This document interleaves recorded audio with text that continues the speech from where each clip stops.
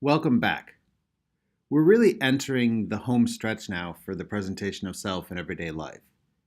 This is the last lecture you will listen to about this book. Next week, we'll be moving on to learn about another of Goffman's books. This one's called Frame Analysis, but let's not get ahead of ourselves. Let's get back to the final chapter of the presentation of self. This lecture will really bring the book full circle, and it's meant to provide you with some big picture reflections on the theory of dramaturgy. I think we've learned quite a lot about the, let's say, dark recesses of the human psyche so far. But we're going to end this lecture on a somewhat positive note. I say somewhat positive. Overall, I think Goffman's view of the world is that people cannot be trusted because they're only pretending to be who they want you to think that they are. Maybe you share this view of people, maybe you don't. But the good thing about Goffman's theory is that it's not all doom and gloom when it comes to our interactions with others. Let's get started, shall we?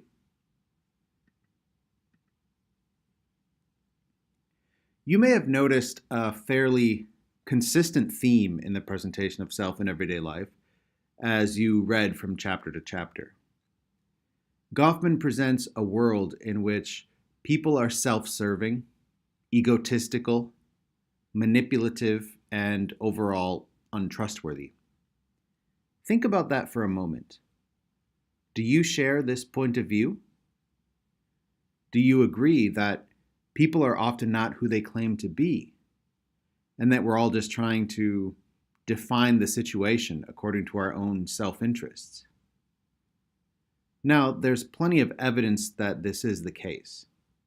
Anytime you turn on the news, you see people getting caught up in wrongdoing.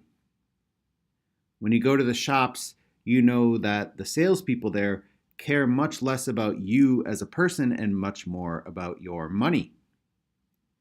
You also know, I'm quite sure, that you tell lies and misrepresent reality when you interact with others. Thus, we assume that others are lying to us primarily because we know that we lie to other people. This world is pretty bleak, and I think it can be a bit demoralizing. And whilst I think Goffman believed that most interaction is dramaturgical in this way, he still saw that there was at least some good in people. So let's take a look at this other side of Goffman. Although, of course, audiences can be competitive and hostile towards performances, they can also be empathetic and protective. When an audience employs protective practices, they choose to ignore discrediting facts. They may see that the show is going wrong and that the reality that they are presented with is not what it seems. In these circumstances, they could protest against the performers and call them out as frauds, but sometimes they don't. Sometimes they pretend that they did not witness the discrediting fact. There are lots of examples of this, and I'm sure you've employed some of these pro-social protective practices as well. Maybe an audience pretends not to hear a performer's fart. Rather than embarrass the person, we just ignore the fart and allow the performance to move on. Maybe the audience catches a lie but decides not to make a scene about it. Or maybe the audience claps after a woeful performance just so the performer doesn't feel bad. The point is that friendly audiences accept the reality that's being presented to them, even if they know that that reality is based on lies and fabrications. Usually, the younger the performer, the more forgiving we are when things go wrong. You may also have noticed that members of the audience will sometimes signal their presence as they approach a back region. I do this sometimes. I might give a little cough in advance so that members of the other team know that I'm coming. A friendly audience will behave, will pay attention, and will not make a scene. Let's take a look at a short clip from the show Parks and Recreation. In this clip, you'll see a friendly audience repeatedly ignoring discrediting facts so as not to embarrass their colleague. Enjoy. Honestly, what I would like to do is just have everything go back to normal.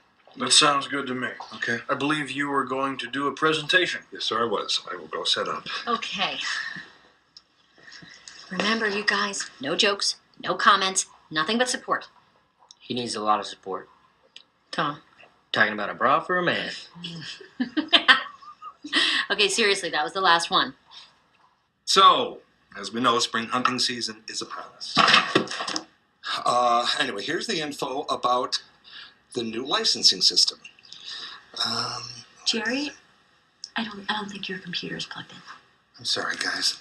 Just got to power up. First thing we should have is my graph about the season. What? Wait a minute, no. That is not the graph. That's a picture from my vacation to Muncie. You went on a vacation and you chose Muncie, Indiana? Yeah, my wife and I have a timeshare. In Muncie? Tom, Muncie is a lovely city. Anyway, hunting and fishing season is winding down, okay? And we all know that it's already closed season on trout. So now, I said trout instead of trout. It happens to everyone. My marbles are full of mouth today. You know what? Has anybody seen my glasses? I don't even think I can.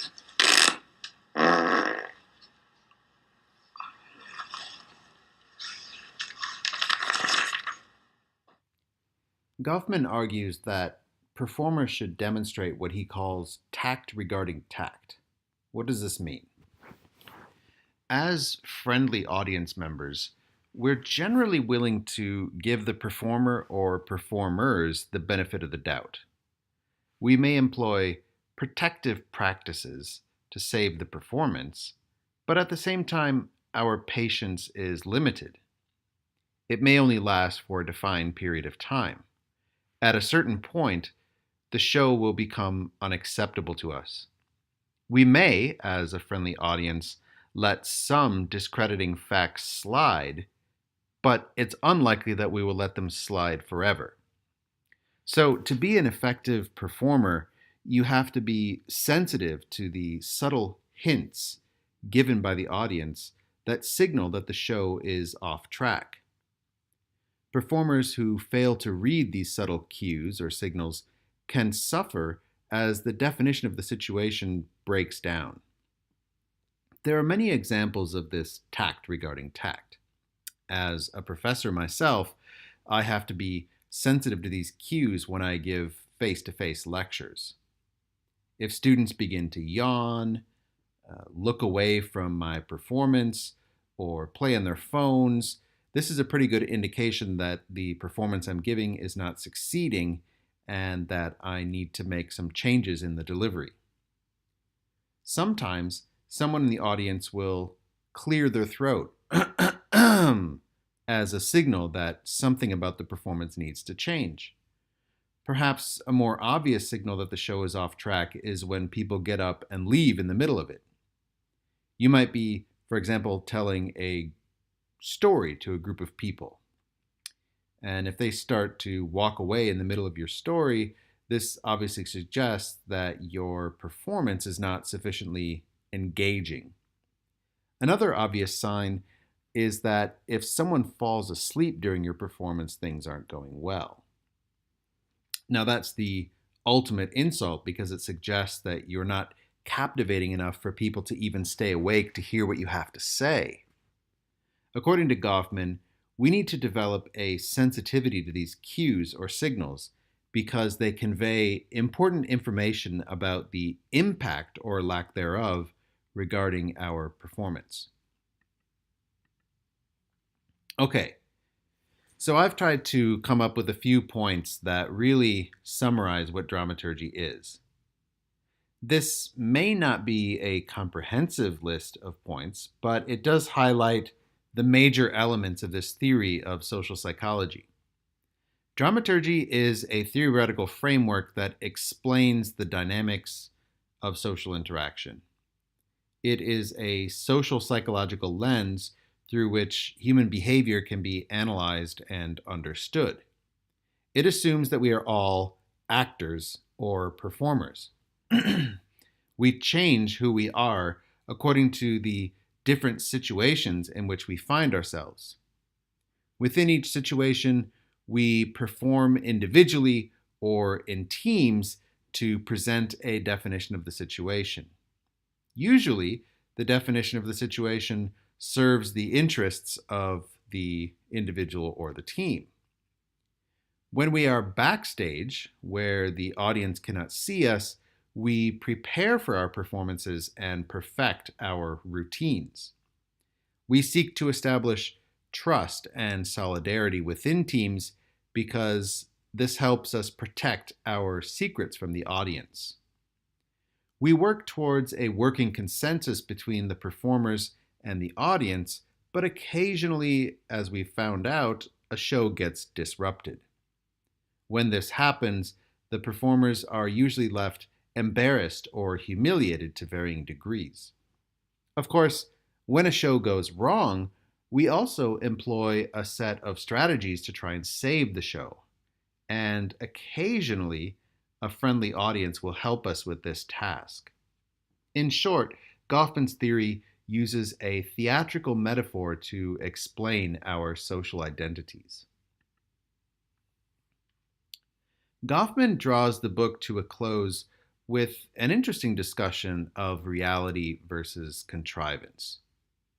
He starts with the assumption that when we enter a situation, we want to know what's going on, right? We don't like being left in the dark. It's important to us that we understand the situation and the motives of the actors involved. This helps us to orientate ourselves and to get to know our place in the world. But because the reality of a situation is effectively unknowable right away, we depend on appearance as a proxy. So this includes cues, gestures, signals, and symbols that tell us something about the nature of the interaction. He goes on to argue that during an interaction, we make claims about who we are, and that the audience expects not to be misled about those claims. Now, the most powerful people in the world are those who make claims that are believable and accepted by others, regardless of whether they're true. In other words, the reality doesn't matter. What counts is the illusion of reality that you project. As long as others accept the reality that is presented to them, the actor has been successful in defining the situation.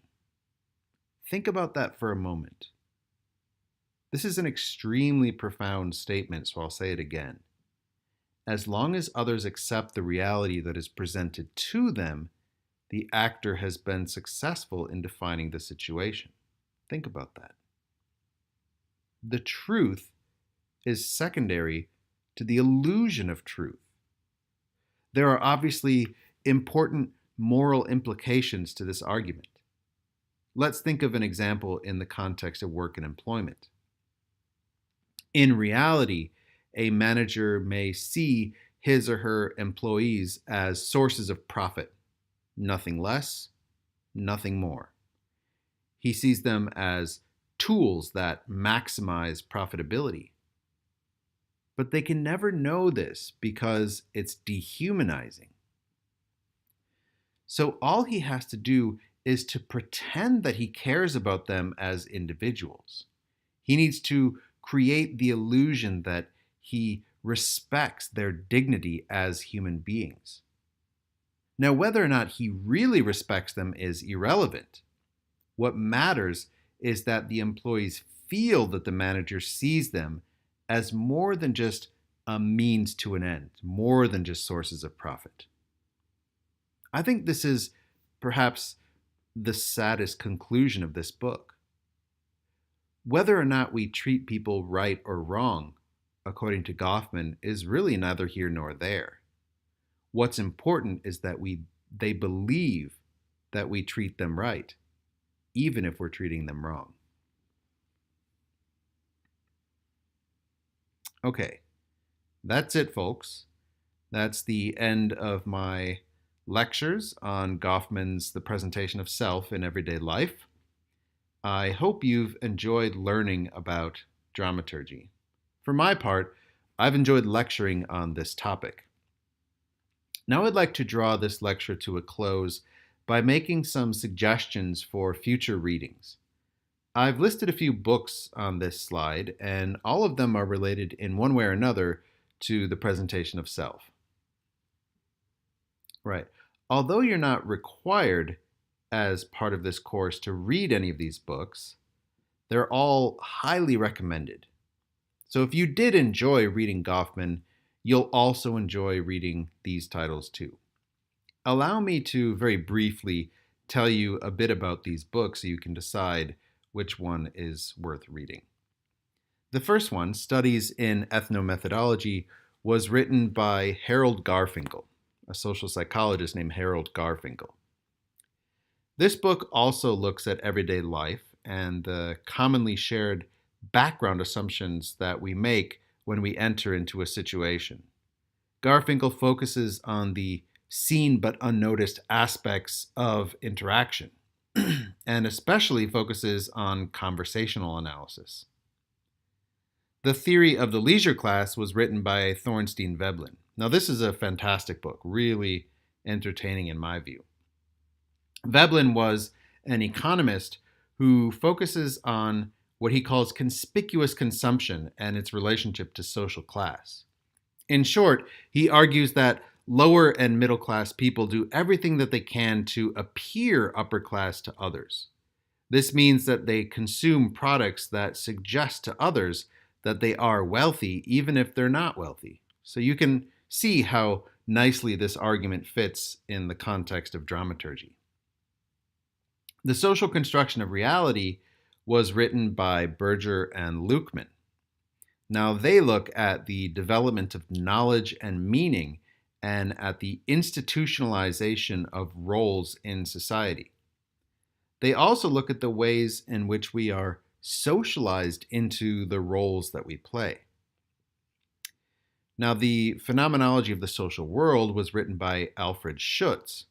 Now, I have to say that this is a pretty hard book to read. It's pretty dense, but if you're up for a challenge, this book presents an interesting philosophical system based on the work of Edmund Husserl that explains the development of meaning in the context of intersubjectivity. So the focus of the book is on the intended meaning of our actions and how they are interpreted by others. Finally, Mind, Self, and Society was written by George Herbert Mead. So Mead traces the development of the self from childhood into adulthood. He argues that we learn our place in society and the roles that we should play first through imitation and then through play and games. So this is also a fantastic book. Really, they're all wonderful books. If you'd like to explore the social self further, then feel free to read any one of these books.